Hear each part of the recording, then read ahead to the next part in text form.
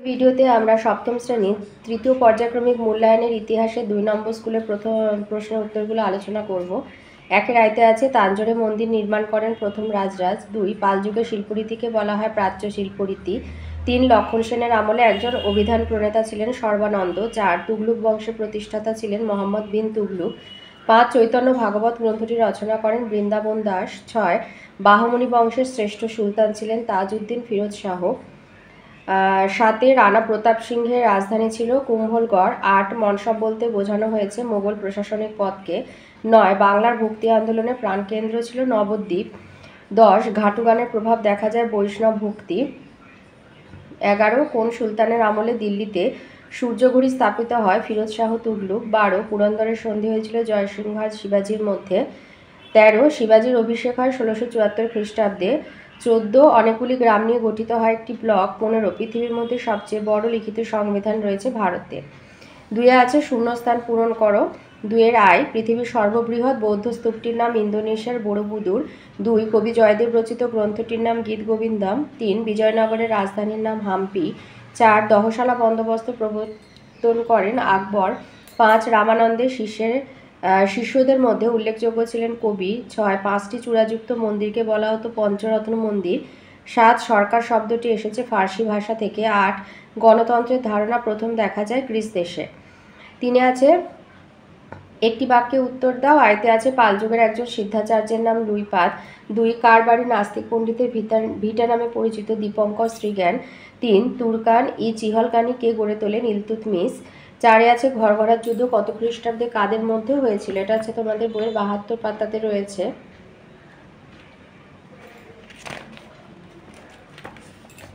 ঘরঘরার যুদ্ধ হয়েছিল 1529 খ্রিস্টাব্দে। নসরত শাহ, বাংলা শাসক নসরত শাহ আর বাবর আফগানদের বিরুদ্ধে বাবর এই যুদ্ধ করেছিলেন, তাতে যোগ দিয়েছিলেন বাংলা শাসক নসরত শাহ। তাহলে আফগানদের সঙ্গে বাবরের ঘরঘরার যুদ্ধ হয়েছিল। তাহলে ঘরঘরার যুদ্ধ 1529 খ্রিস্টাব্দে আফগান এবং বাবরের মধ্যে হয়েছিল। 5 দিয়েছে শেরশাহের সমাধিটি কোথায় রয়েছে, সাসারাম বিহারে। 6 কোন সুলতান বেকার সমস্যা সমাধানের জন্য দপ্তর খোলেন, ফিরোজ শাহ তুগলুক। 7 গুরু গ্রন্থ সাহেব কোন লিপিতে লেখা, গুরুমুখী লিপিতে লেখা।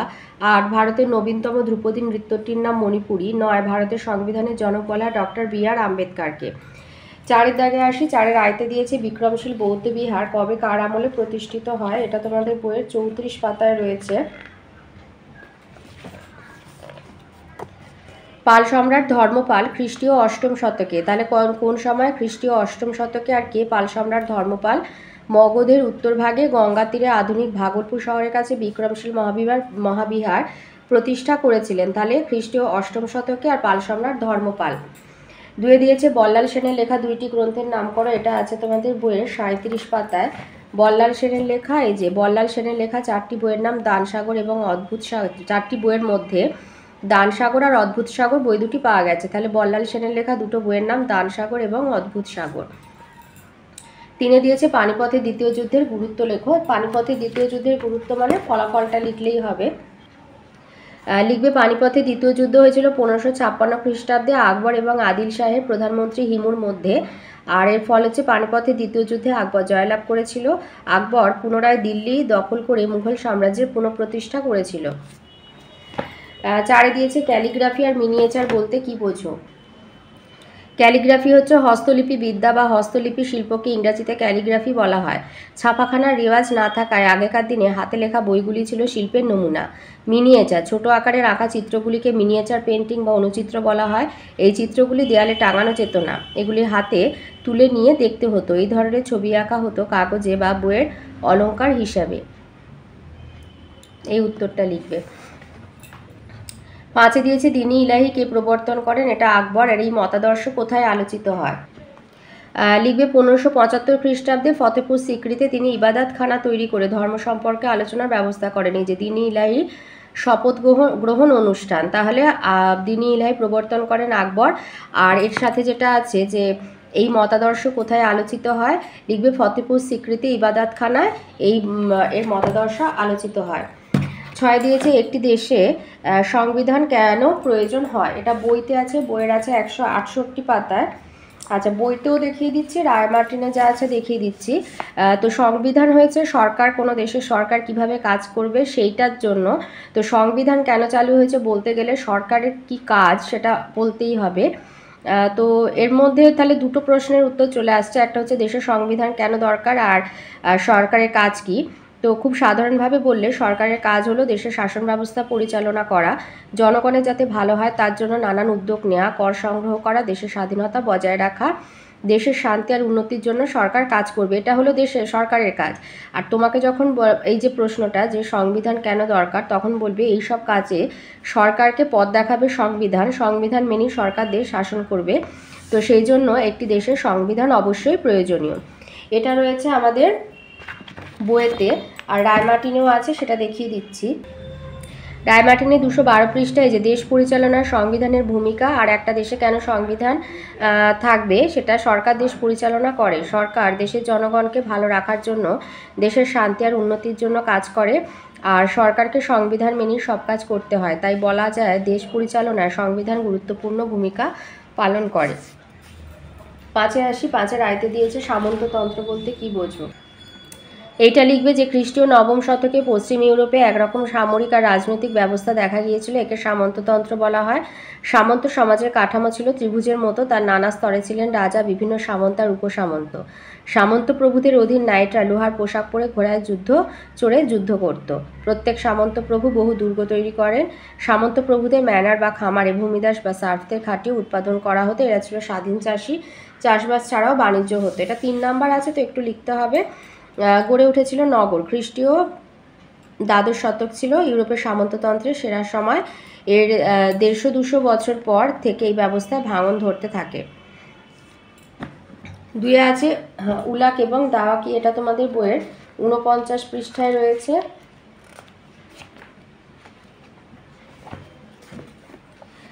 লিখবে ভারতে মোহাম্মদ বিন তুগলুকের সময়, এই যে মোহাম্মদ বিন তুগলুকের সময় আছে, ভারতে ডাকে চিঠিপত্র পাঠাবার দুরকম ব্যবস্থা ছিল। ঘোড়ায় ডাকের যে ব্যবস্থা ছিল তাকে উলাক বলা হতো। এই ব্যবস্থায় প্রতি 4 মাইল অন্তর ডাকের ঘোড়া রাখা হতো। আর পায়ে হাঁটা যে ডাকের ব্যবস্থা তাকে বলা হতো দাওয়া। এই ব্যবস্থায় প্রত্যেক মাইলের 1/3 ঘন বসতির একটি গ্রাম থাকে, গ্রামের বাইরে 3টে তাঁবু থাকে। এই তাঁবুতে ডাকের লোকেরা কোমর বেঁধে রওনা হওয়ার জন্য প্রস্তুত থাকে। এদের প্রত্যেকের হাতে থাকে 2 হাত লম্বা একটা লাঠি, প্রত্যেক লাঠির মাথায় কয়েকটা তামার ঘণ্টা বাঁধা থাকে। যখন শহর থেকে সংবাদবাহক রওনা হয় তখন তার এক হাতে থাকে চিঠি আর অন্য হাতে থাকে ঘণ্টা বাঁধা লাঠিটি।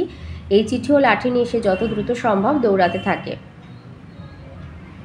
দেশে নতুন লোকের আগমন সংবাদ গোয়েন্দা বিভাগের লোকেরা চিঠি লিখে সুলতানকে জানিয়ে দেয়। সে চিঠিতে নবাগতের নাম, তার দেহের ও পোশাক আদির বর্ণনা, সঙ্গীদের সংখ্যা, চাকর বাকর, ঘোড়া ইত্যাদির বিবরণ থাকে। পথে চলার সময় অথবা বিশ্রামের সময় তাদের ব্যবহার কীরকম তাও জানানো হয় চিঠিতে। তো 3 নম্বর আছে, একটু তো লিখতে হবে। 3-এ আছে ঔরঙ্গজেবের দাক্ষিণাত্য নীতির 3টি ফলাফল লেখো। দাক্ষিণাত্য অভিযানের ফলে যে 1, 2 আর 3টে নীতি। 1 হচ্ছে দাক্ষিণাত্য অভিযানের জন্য ঔরঙ্গজেব দীর্ঘ প্রায় 25 বছর রাজধানী থেকে দূরে ছিলেন, ফলে মুঘল কর্মচারীরা নিয়ন্ত্রণমুক্ত আর দুর্নীতিগ্রস্ত হয়ে পড়েছিল। 2, দাক্ষিণাত্যের যুদ্ধের ফলে মুঘল রাজকোষ শূন্য হয়ে যায়। 3, 25 বছর ধরে যুদ্ধ করেও দাক্ষিণাত্য থেকে তার লাভ হয়নি, বরং তার ধ্বংসের পথ প্রশস্ত হয়েছিল। এইটা লিখবে। 4-এ আছে টিকা লেখো সাধক মীরাবাই। মীরাবাই বিখ্যাত কেন, এটা লিখবে। মীরাবাই ছিলেন খ্রিস্টীয় 16 শতকের একজন ভক্তিবাদী সাধিকা। তিনি রাজস্থানের রাজপুত ক্ষত্রিয় পরিবারে জন্মগ্রহণ করেন। তার বিয়ে হয় মেওয়ারের রাজপরিবারে। তিনি সংসার জীবনে আটকে না থেকে শ্রীকৃষ্ণ বা গিরিধারীর চরণে নিজেকে উৎসর্গ করে ভক্তিবাদ প্রচার করেন। মীরাবাইয়ের বাণী। মীরাবাই সংসারের বন্ধনে আটকে থাকেননি, তিনি ভক্তিভাবে শ্রীকৃষ্ণের আরাধনা করার কথা প্রচার করেছেন।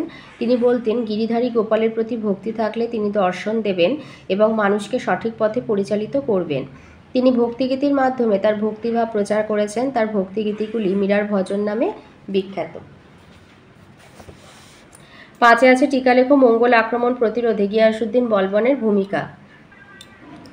মঙ্গলরা 1221 খ্রিস্টাব্দ থেকে ভারতের উত্তর পশ্চিমে বারবার আক্রমণ করে। সুলতান গিয়াসুদ্দিন বলবন মঙ্গল আক্রমণ ঠেকানোর জন্য অনেক রকম ব্যবস্থা গ্রহণ করেছিলেন। এক হলো দুর্গ সংস্কার। বলবন তবরহিন্দ বা ভাতিন্দা, সুনাম, সামানা, দীপালপুর দুর্গগুলি সংস্কার করেন। 2, সীমান্তে সৈন্য নিয়োগ। বলবন ভারতের সীমান্তে বিপাশা নদী বরাবর প্রচুর সৈন্য মোতায়েন করান। 3 দূত প্রেরণ, বলবান কূটনৈতিক চাল হিসাবে মঙ্গলদের কাছে দূত পাঠান। 6তে আছে টিকা লেখো ভারতে 26শে জানুয়ারি দিনটির গুরুত্ব। এই উত্তরটা লিখবে। 1950 খ্রিস্টাব্দে 26শে জানুয়ারি দিনটি ভারতবাসীর কাছে বিশেষ গুরুত্বপূর্ণ, কারণ ওই দিন থেকে স্বাধীন ভারতের সংবিধান কার্যকরী হয়েছিল। গণতান্ত্রিক রাজতন্ত্রী ইংল্যান্ডের অধীনতা থেকে মুক্ত হয়ে আনুষ্ঠানিকভাবে ভারত গণতান্ত্রিক প্রজাতন্ত্রে পরিণত হয়েছে। সংবিধান কার্যকর। 1950 খ্রিস্টাব্দে 26শে জানুয়ারি ভারতের সংবিধান আনুষ্ঠানিকভাবে কার্যকর হয়েছে। প্রজাতন্ত্র দিবস। ভারতীয় সংবিধানে ভারতকে গণতান্ত্রিক প্রজাতন্ত্র বলা হয়েছে। ভারতের নেতৃবৃন্দ 1950 খ্রিস্টাব্দ থেকে 26শে জানুয়ারি দিনটিকে প্রজাতন্ত্র দিবস হিসাবে স্মরণীয় করে রাখেন। প্রতি বছর 26শে জানুয়ারি প্রজাতন্ত্র দিবস পালন করা হয়। 6 দাগে আসে, এগুলো 5 নম্বরে করে উত্তর। 6-এর আয়তে আছে নালন্দা বিশ্ববিদ্যালয়ের সম্পর্কে আলোচনা করো। এটা তোমাদের বইয়ের 32 পাতাতে রয়েছে।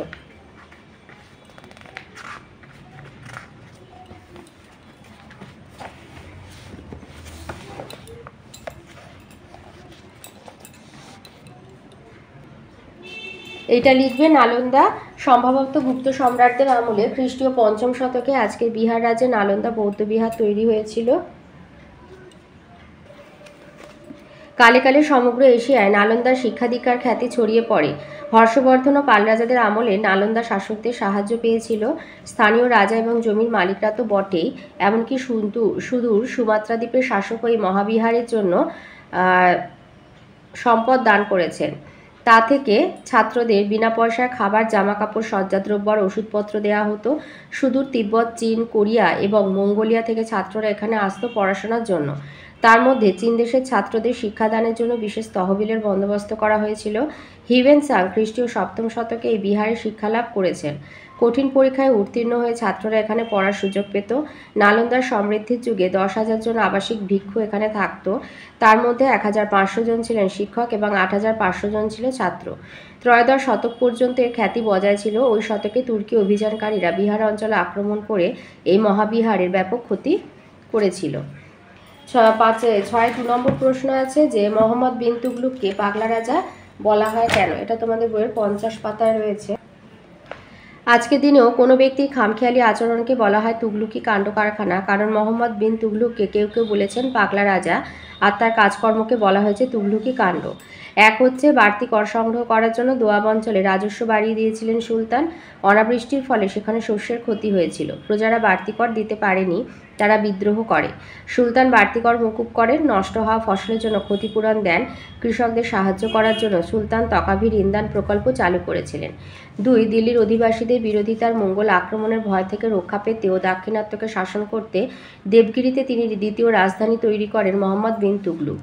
ওই শহরের নতুন নাম হয় দৌলতাবাদ। সুলতানের হুকুমে দিল্লি থেকে দৌলতাবাদে যেতে গিয়ে পথে অনেক মানুষ প্রাণ হারান।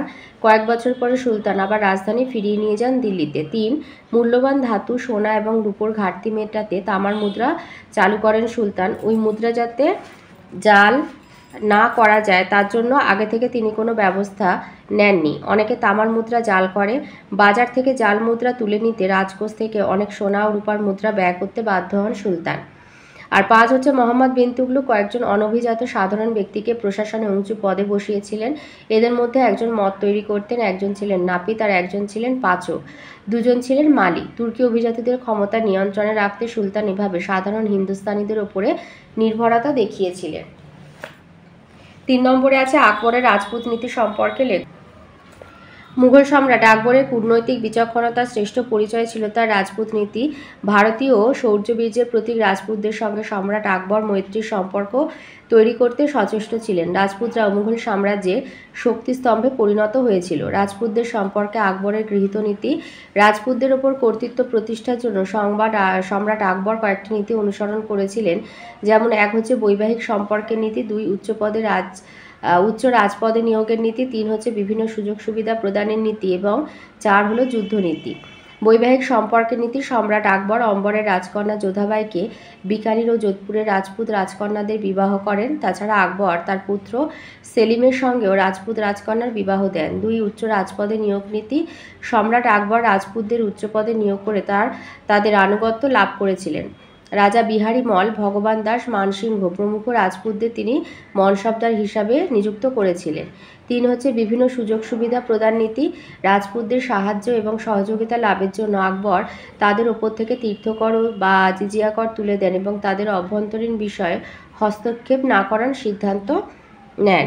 যুদ্ধনীতি, অনেক রাজপুত রাজ্য আকবরের বশ্যতা স্বীকার করলেও মেবার, রণথম্ভর প্রভৃতি রাজপুত রাজ্যগুলি কোনোভাবেই আকবরের বশ্যতা স্বীকার করতে রাজি হয়নি। তাই আকবর মেবারের বিরুদ্ধে যুদ্ধনীতি অনুসরণ করেন।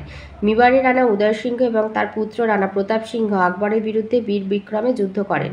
রানা প্রতাপ সিংহ 1576 খ্রিস্টাব্দে হলদিঘাটের যুদ্ধে আকবরের বাহিনীর হাতে পরাজিত হলেও তার বশ্যতা স্বীকার করেননি। আকবর মৈত্রিয়া যুদ্ধনীতি অনুসরণ করে রাজপুতদের নিজ নিয়ন্ত্রণে রাখতে সক্ষম হন আর মুঘল সাম্রাজ্যের ভিত সুদৃঢ় হয়। 4 নম্বর প্রশ্ন হচ্ছে বাংলার ভক্তিবাদী আন্দোলনে শ্রী চৈতন্যদেবের ভূমিকা সম্পর্কে আলোচনা করো। শ্রী চৈতন্যদেব সম্পর্কে টিকা, এটা লিখবে। মধ্যযুগের ভক্তিবাদী আন্দোলনের অন্যতম পুরোধা পুরুষ ছিলেন শ্রী চৈতন্যদেব। তিনি তার অনুগামীদের কাছে ভগবান বিষ্ণুর অবতার রূপে পূজিত হন। তার প্রচারিত ধর্মমত গৌড়ীয় বৈষ্ণব ধর্ম নামে সুবিদিত। পূর্বজীবন, শ্রী চৈতন্যদেব 1486 খ্রিস্টাব্দে বাংলার নবদ্বীপের এক সম্ভ্রান্ত ব্রাহ্মণ পরিবারে জন্মগ্রহণ করেন। বাল্যকাল থেকেই ব্যাকরণ, দর্শন প্রভৃতি নানা শাস্ত্রে তার অসাধারণ পাণ্ডিত্যের পরিচয় পাওয়া যায়। দীক্ষালাভ ও সন্ন্যাস, শ্রী চৈতন্য 22 বছর বয়সে বৈষ্ণব ধর্মগুরু ঈশ্বরপুরীর কাছে কৃষ্ণমন্ত্রে দীক্ষালাভ করেন এবং 24 বছর বয়সে সন্ন্যাস গ্রহণ করে বৈষ্ণব ধর্ম প্রচারে ব্রতী হন। শ্রী চৈতন্যের ধর্মমত, শ্রী চৈতন্য বৈষ্ণব ধর্মের মূল মন্ত্র বৈরাগ্য, প্রেম ও জীবের প্রতি দয়ার আদর্শ প্রচার করেন। তিনি তার শিষ্যদের উপদেশ দিতেন, ত্রিনাদপি শুনিচেন তররিব সহিষ্ণুনা অমানিনা মানদেন কীর্তনীয় সদাহরি। তৃণের মতো নম্র, তরুর মতো সহনশীল ও নিরহংকারী হয়ে সর্বদা ভগবান হরির গুণকীর্তন করবে। তিনি জাতিভেদ প্রথা, ধর্মীয় আড়ম্বর আর ব্রাহ্মণের প্রাধান্য অস্বীকার করেছিলেন। তিনি 1533 খ্রিস্টাব্দে পরলোক গমন করেন। প্রভাব, শ্রী চৈতন্যের ভক্তিধর্মের প্রভাবে তিনি জাতি, ধর্ম, বর্ণ নির্বিশেষে সর্বস্তরের মানুষ তার শিষ্যত্ব গ্রহণ করেন। তার শিষ্যদের মধ্যে উল্লেখযোগ্য ছিলেন জবন হরিদাস, রূপ গোস্বামী, সনাতন গোস্বামী, উড়িষ্যা রাজ, প্রতাপ রুদ্রদেব প্রমুখ। তো এই ছিল আজকে সপ্তম শ্রেণী তৃতীয় পর্যায়ক্রমিক মূল্যায়নের ইতিহাসের 2 নম্বর স্কুলের প্রশ্নের উত্তরগুলো।